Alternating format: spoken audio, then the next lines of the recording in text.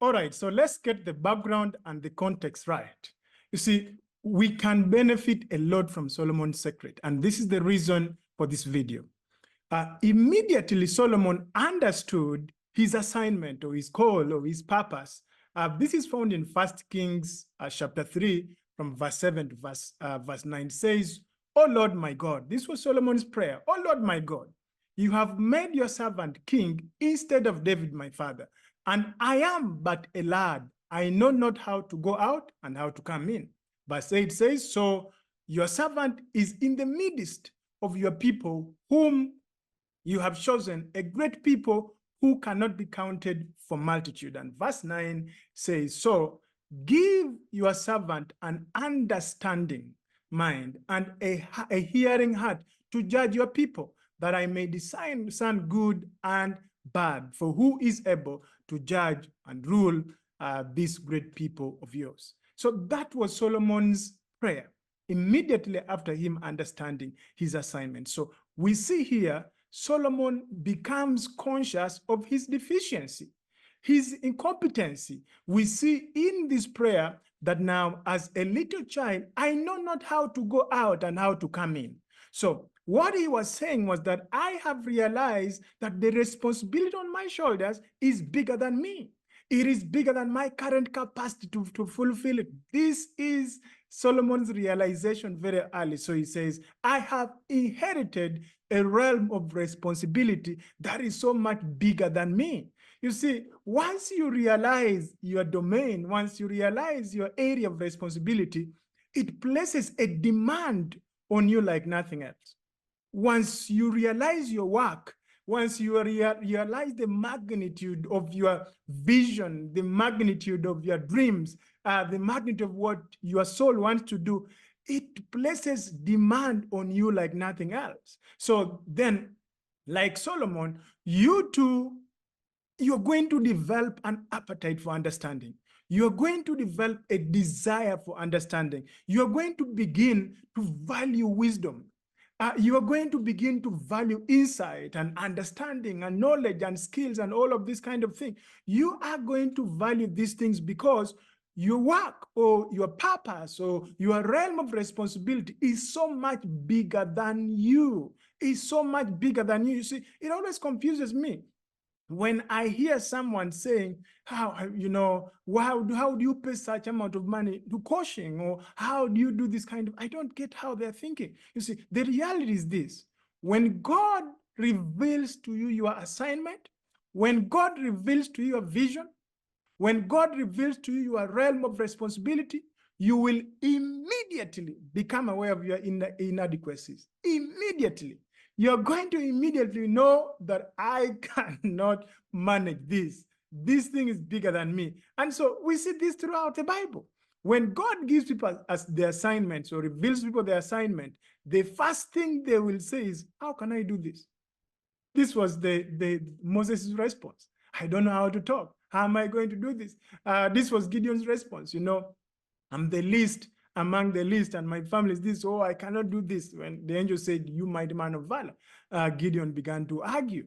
We see this with Jeremiah's response. He says, you know what, I'm a child. I don't know how to talk. You see, and so on. Abraham, I was old. Now I'm too old. All this. Everybody says, how can I do this? So when God gives you something, when God reveals to you that dream inside your heart, you find it's bigger than you, and you immediately begin to see the need for resourcefulness before even resources.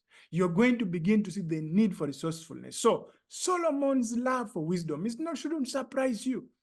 Those days I used to say, okay, how could he, if God says, ask of anything? For me, it is obvious now. When the creator of everything and the Lord Almighty begins to ask me right now and said, Richard, ask me anything.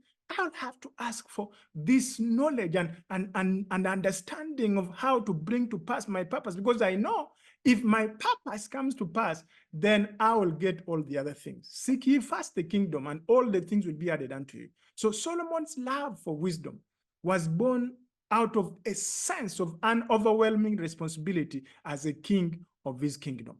The same thing with you, the same thing with me. If you say, seek ye first the kingdom, and all those things will be added unto you, first your kingdom, where you are going to be the king, because God is the King of kings. So if you're going to be a king, then if God is the King of kings, then you have to be a king. And as a king, you have to rule your dominion, your domain, I mean. So if you find your domain, you're going to realize that it needs a lot. So for Solomon, it was born out of an overwhelming responsibility. In other words, he knew it was going to take more to get where he was going than it did to get where he is right now. I have to repeat that. It will take more to get where you are going than it did to get where you are. It is going to take more to get where you are going than it did to get where you are. And so the minute you become conscious about that, hey, you know what, where I'm going, you're going to begin to be aware of your shortcomings. You're going to be aware of your inadequacies. You're going to be aware of your limitations. Then immediately you begin to crave knowledge, to crave skills and understanding and insight and wisdom and judgment and all these experiences. You're going to begin to crave and desire these things. You see, so you start to crave these things because you know that this is what your future demands. You know that where God is sending you, where that work is going to take you, you can't bring your current skill set. You cannot bring your current skill set there. You are going to have to level up to advanced skill set. And this is where things like coaching is very necessary. Unless you do not really, you don't prioritize and you're not serious, I think there are three key things. One is most of us don't understand the importance of discovering and fulfilling our purpose.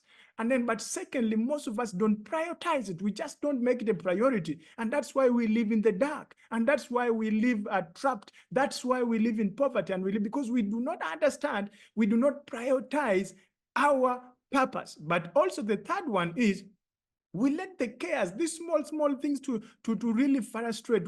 We think that now, okay, just for you going and working and surviving and having where to sleep, a house over your head, and what to eat is the goal of life. And so those things will shock off. They will kill this purpose that's inside of us. And so what I'm trying to say is, if you really understand your purpose and prioritize it and be able to really be focused, you're going to realize you need coaching. You're going to realize that for you to get from where you are, point A, to where you are, point B, you need a coach. You cannot do it without a coach. So your future is going to require you to place a demand on you more than it took you to get where you are right now. That is obvious. It is going to ask more from you. It is going to demand more from you than what it took to get to where you are right now. So the quest for wisdom, the desire for you to get wisdom starts when you become conscious of your own knowledge gaps. When you begin to realize that, wait a moment, how am I going to set up funnels? What are funnels? What are this? Where am I going to get clients? How am I going to set up my, set up my traffic and sort of my traffic? I mean, how am I going to convert these people, this cold audience into hot? How am I going to do this? You're going to realize your knowledge gaps. Because yes, you might have knowledge as an expert in your niche, but you do not have knowledge how to market and put yourself out there. So if you're not conscious of your knowledge gap, it is because maybe your vision is too small. But if you wake up right now and say, you know what, I want to make 6 figures this year, I want to make 7 figures, I assume, okay, let's say you want to make 6 figures this year, you'll automatically know that there is something you don't know and that you need to know. It is a result. It is just an obvious thing. So once your vision becomes better and becomes more of a God idea than simply a good idea, when your assignment is more than simply an aspiration or simply an ambition, you become aware of your knowledge gap. Let's say God shows you that in the future, in the near future, you're going to be the president of your country. Like I heard in the Benin Crusade, how the president of Kenya says when he was in the Azusa conference or so on, that's when God revealed to him that he was going to be the president. I guess he started to prepare right away. So if you become aware that you're going to be president, then you're going to become aware of the gaps in your knowledge. that, I don't know how, what do I need? Okay, as a president, then I need to be able to study this. I need to be able to do this. I need to have this knowledge. So you will discover then the other thing is you're going to discover your own blind spots. And blind spots are worse than lack of, or than the knowledge gap, because you see a knowledge gap, you're aware of your knowledge gap. You're aware that, okay, I don't know this. But a blind spot is when you don't know that you don't know. You don't know that you don't know something that you're going to need to know. And that is why you need a coach. That's why you need a coach to be able to show you how your blind spots. So you don't even know what you don't know. You don't even know that you don't know that thing that you're going to need in the future. So they're called blind spots. You don't know that you don't know. So you cannot even begin to solve it because you don't know. You need somebody to be able to tell you. And then you're going to realize you have skill deficiency because you haven't practiced this before. You've never done this before. For the case of Solomon, he was stepping in a role that he has never done it before. And so there was the skill deficiency. And of course, ultimately, he was inexperienced. And so you become aware of all this because now you're purpose consciousness, right? Because now you have realized what you need to accomplish in your niche. So this overwhelming sense of responsibility, this is where my life is going. This is where I am going with my life. So for Solomon, he realized I need to govern these people. This is where I am going. So I hope all of us, if you are an entrepreneur, if you're a business person listening to me, if you're that kingdom trailblazer who is stepping out to rule the world, then you can relate with what I'm trying to say. So because of this kingdom consciousness and his sense of overwhelming responsibility over the realm that God had set him over, Solomon discovers and shares some secrets with us that can make literally anybody successful. Anybody can be successful if you dare to follow this Solomon's secrets. And that is what I want to share with you. I intend to share with you in this video. And right away, let's jump into it. The first secret that Solomon shares with us is that Solomon realized that he needed to value resourcefulness over resources. So the first secret is he valued resourcefulness over resources. He valued resourcefulness over resources. So, okay, how do we know that he indeed valued these things? Well, when you read the book of Proverbs, you will see him over and over and over again stating how knowledge, understanding, and wisdom are more important to him than silver, gold, riches, land, power, prestige, influence. So he says these things, knowledge in wisdom, as in knowledge, understanding, and wisdom, are more important than all those things. So more important to him than any external benefit was his internal gifts, where his internal reality. And so resourcefulness basically describes your internal capacity, your internal gift set. So Solomon valued his internal gifts over his external gifts. And that is this external gain, I mean. That is the first secret. Do you listening to me value resourcefulness more than resources? Do you pursue resourcefulness more than resources? Many of us, unfortunately, pursue resources over resourcefulness. And so today, if you ever meet somebody who values external gain over internal gifts, you are meeting someone who can never fulfill their destiny. That is true. If you are meeting someone who has literally chosen the road to nowhere because their priorities are wrong, they have misplaced priority. This was the story of Esau. Remember the Esau and Jacob in the Bible? He sold his birthright for a bowl of soup. Esau sold his birthright for a bowl of soup. He put his belly to be more important than his birthright. The physical thing was feeling food, the need to eat food was more important to him than his blessing, his birthright. So my question to you is, what do you value? Do you value resourcefulness more than resources? If not, then you need to take up this first secret. Begin to value resourcefulness more than resources. The second secret we learned from Solomon is that, which is still in line with this, is that You cannot have God's designed a future for you once you value material over material matter over spiritual matters. Okay.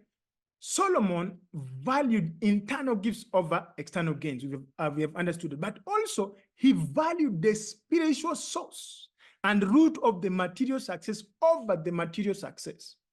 You see, he valued where the things were coming from more than the things themselves. Now, I'm not saying that he didn't value material success. He obviously did, but spiritual success was more important to him. What do I mean by spiritual success? I'm not meaning that now he was going to church all the time, all the way we know. We always associate spirituality with being religious. That's not what I'm saying.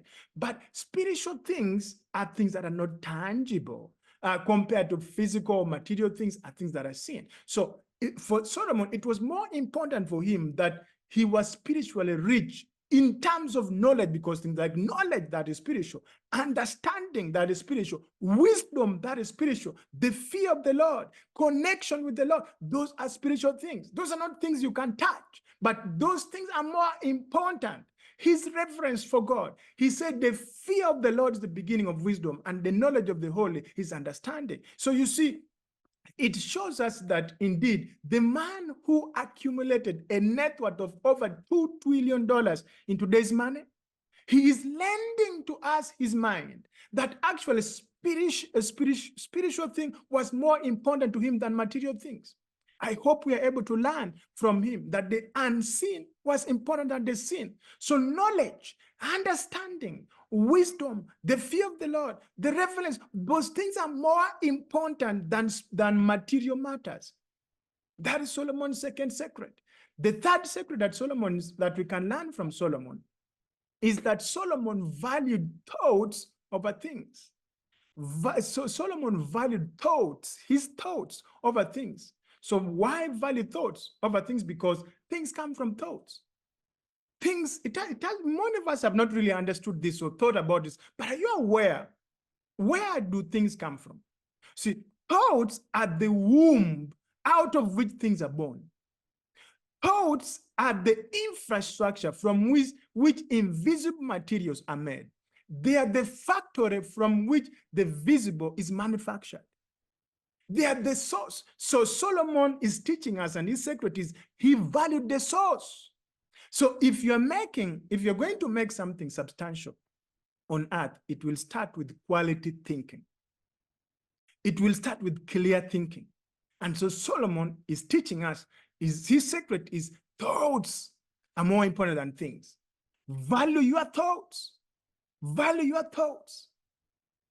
They are more important than things. Secret number 4 that Solomon is teaching us, that he also valued words over wealth.